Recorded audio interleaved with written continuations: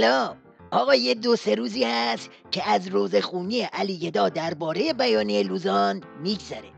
میگم خوبه حالا یه هوا موشکافانه تر به این فک زدنهای بی مورد علی گدا نگاه کنیم، ببینیم بالاخره از این قد کردنهای ولایی چی آید خامنه شد.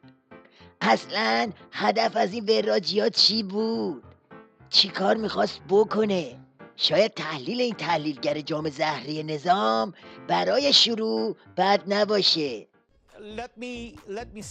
من فکر میکنم که ته خط آیت الله در پشت این توافق است. باید درک کنید که تنها گروه مهمی که از آیت الله حمایت میکند تندروها هستند و همه آنها دلیلی علیه این توافق دارند. در نتیجه نباید انتظار داشت که آیت الله آنها را به حال خود رها کند و به حمایت از این توافق برخیزد. در واقع او از تیم مذاکره کننده خواست که تندروها یا منتقدین را متقاعد کنند که چه کاری انجام شده است و به نوعی آنها را آرام کنند. ترجمه حرفای این کارشناس کوسه نشان اینه که افاضات روز پنجشنبه عظما موضع گیری نبود، یه پاتیل شیره بود که میخواست به مال سر دلواپسا و نظام دلنگون رو یه جورایی به تعادل برسونه. اینطور که پیداست غربیام اینو فهمیدن، چون ترم واسه قمپوزای خامنه خورد نکردن. دلواپسا اما همین حرفای ولی فقیهشون رو چماق کردن واسه کوبیدن تو عمامه کوسه و شیخ پری. نقد لطیف و تذکر توأم با عطوفت مقتضای انقلاب نسبت به محافلی است که به هر انگیزه‌ای سعی کردند بیانیه لوزان را به عنوان یک پیروزی مشعشع تاریخی و البته برگشت ناپذیر و غیر قابل چون و چرا که مهر رهبری پای آن است جا بیندازند و منطق کورباش و دورباش را بر این شبه توافق پر از ابهام حاکم کنند و خواسته یا ناخواسته شعار راهبردی معظم الله درباره همدلی و همزبانی را مصادره به مطلوب خود کنند.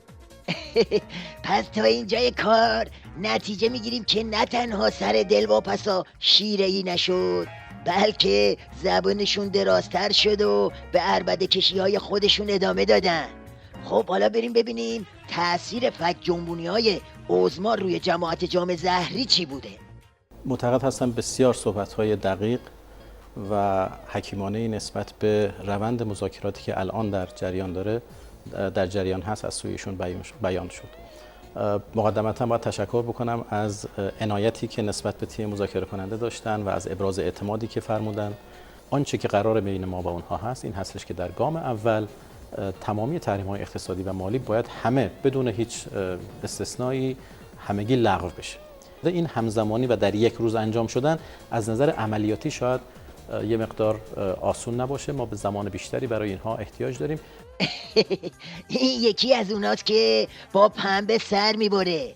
از یه طرف قربون صدقه عظما میره، از طرف دیگه به اسم عملیاتی و این حرفا زیرا به لغو یه مرحله تحریما رو میزنه.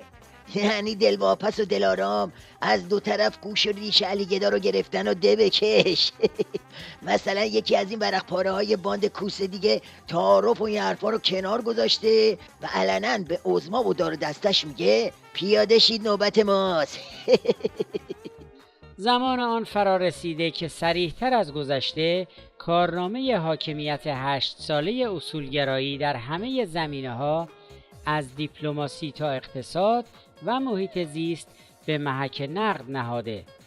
زمان آن فرا رسیده که در پاسخ نقدهای بی اساس دلواپسان از آنان بپرسیم مگر شما چه دستاوردی داشته اید که به آن مفتخرید؟ خطاب ما به این دوستان همان دیالوگ در فیلم آژانس شیشه‌ای است. دهت گذشته مربی، اگه اون اسلحه دستت نباشه کی به حرفتو گوش میده؟ اینه که برات زور داره. یه دهه حرف زدی، هر کاری خواستی کردی، ما ساکت بودیم. کرکری خوندی ساکت بودیم، گرفتی ساکت بودیم، پس دادی ساکت بودیم. حالا اجازه بده ما حرف بزنیم. خانم آقایون، دوست دارید یکی از این همسایه‌ها 2 مرتبه به کشور ما حمله کنه؟ ابدا. دوست دارید جنگ بشه خدایی نکرده؟ ابدا. ثبات. دهه ما دهه ثباته.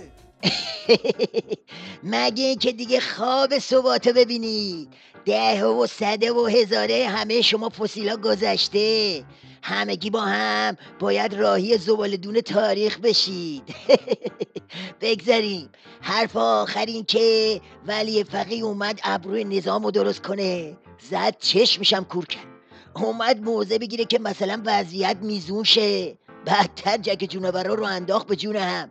لابد الان میگه همون خفقون میگرفتم بهتر بود.